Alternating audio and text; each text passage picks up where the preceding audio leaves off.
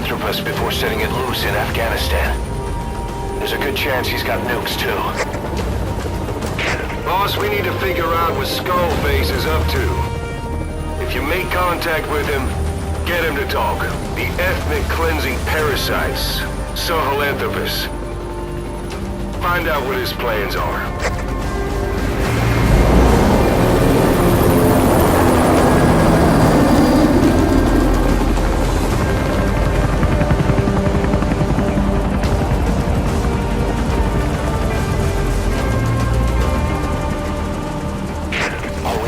Skullface's plans are on the verge of fruition. We need to stop him while we still can.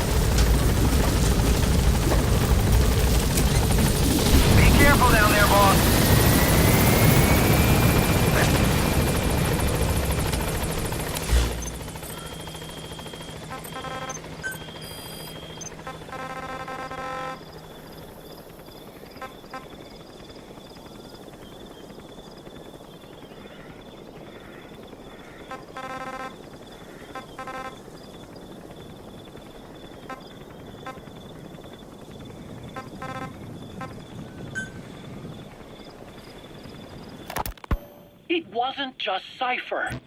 Back in the Caribbean, every eye in the world was turned on us. A private army. Just a bunch of Soviet soldiers in that area are all dead. Apparently XOF unleashed the Russian parasite strain. To isolate the facility, they first spread reports of a chemical weapon leak. The infection won't spread into the surrounding regions.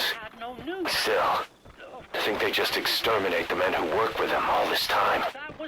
Skullface must be making his final play. Well, don't get me wrong, I still believed in Snake. I thought I was making the best decision for all of us, that's all. I figured we should get a third party to exonerate us before proof of the nuke did get out. And who better to do that than an organization with international authority? So the truth is, you took it upon yourself to agree to an inspection arranged by the UN. Only the inspection was a ruse, and Cypher Strike Force XOF showed up instead. I had no idea that would happen.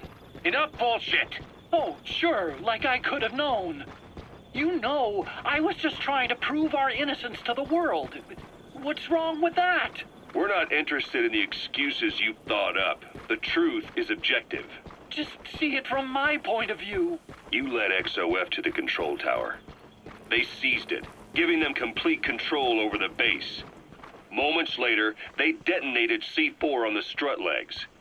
Anyone who'd managed to survive was... Eli snuck into the cargo on board the chopper.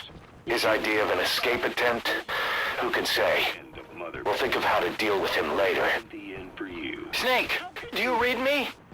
I know more than anyone about OKB-0 and Sahelanthropus. Boss, I've made up my mind. I want to be of use to you, not him. Let me work to pay for what I've done. I'll prove it, that I've always been your ally. Boss, I'll be focused on coordinating backup here in Mother Base. The chain of command is still in place. If you have orders, give them through Miller as usual. Skullface is in OKB-0. Start by making contact with him. The facility itself is under the control of XOF, Cypher Strike Force. We have no hard data on their force strength, so your judgment in the field will be key. Boss, we're finally here. Find Skullface and take everything from him. It wasn't just you. I suppose blaming me makes you feel better, does it? But who's gonna give me back all the time I lost? You're not getting anything back. You're not a victim here, Emmerich. You're the perpetrator. I didn't know anything. Nobody can back that up. Yeah, all the evidence is at the bottom of the ocean. You know the hardest man to break. The type who's fooling himself. That takes time. It's easier to live a convenient lie than a painful truth. Is that the piece you've chosen, Doc? I'm not lying. Of course. Just let me check one or two things. On that day, you were in the control tower with them. Lucky you. That's how you got out unscathed. And you escaped on one of their choppers. Only you, right before the base went under. They had me blindfolded the whole time. I've never been so scared. The whole flight, I thought they'd kill me.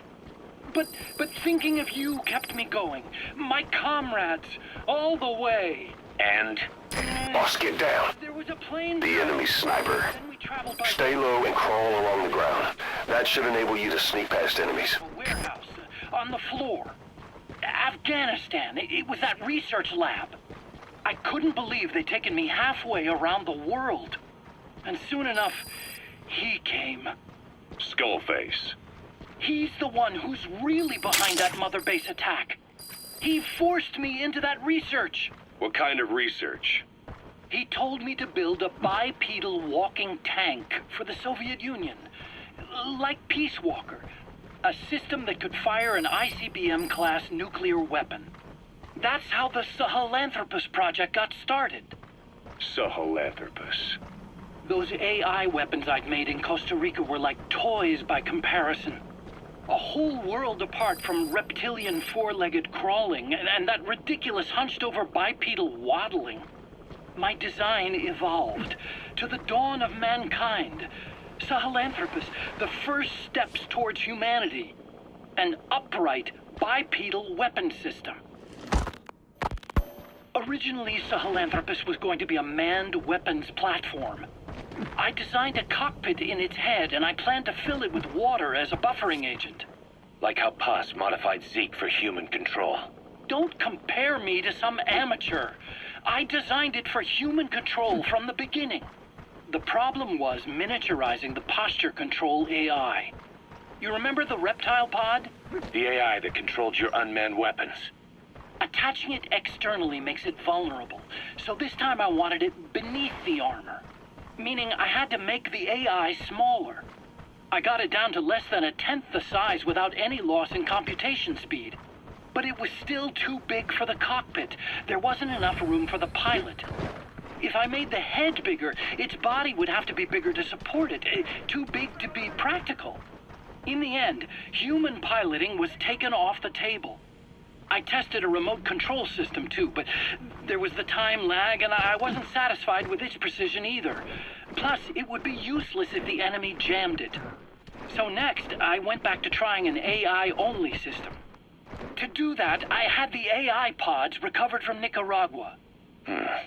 This was a hybrid AI, a combination of Peace Walker's reptile and mammal pods. The only AIs that had ever successfully operated an unmanned nuclear weapon system. Really? You'd need some help to get that working. Expert help. Did you work with someone? Good work. 2 more gates to go. You did Still all quiet at the silo. That's the thing. No sign of Skullface or his Goliath. In the end either. Surely they can't already have... No, never mind. For its upper body to lower its center of gravity. The first upright bipedal locomotive weapon system in the history of mankind. I guess technically it falls into the anthropoid ape category.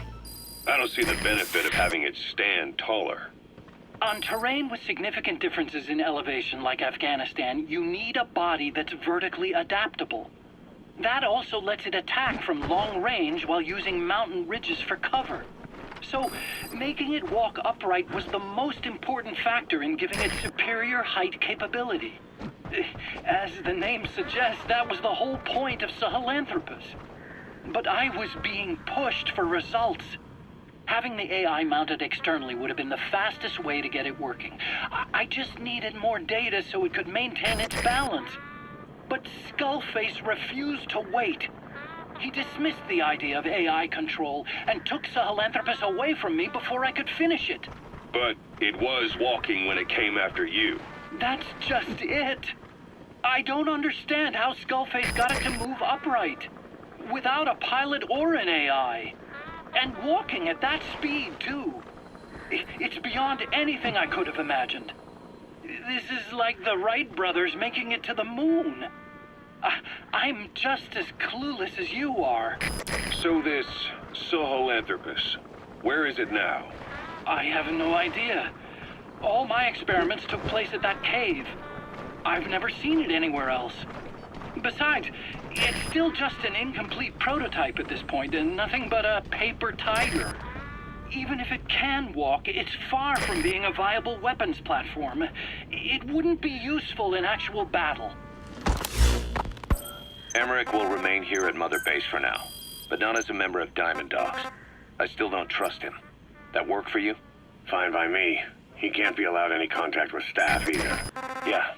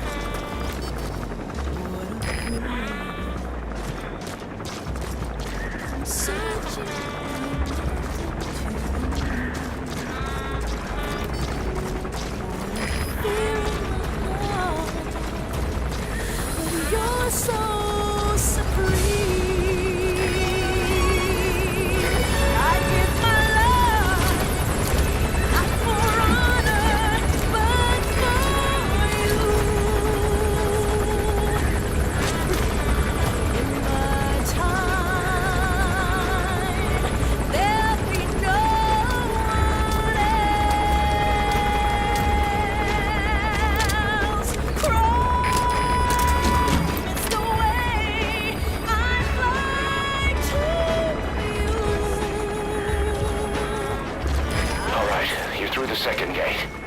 Only one gate left. From here on in, you're in the enemy's headquarters. Something's wrong. But it has to be here.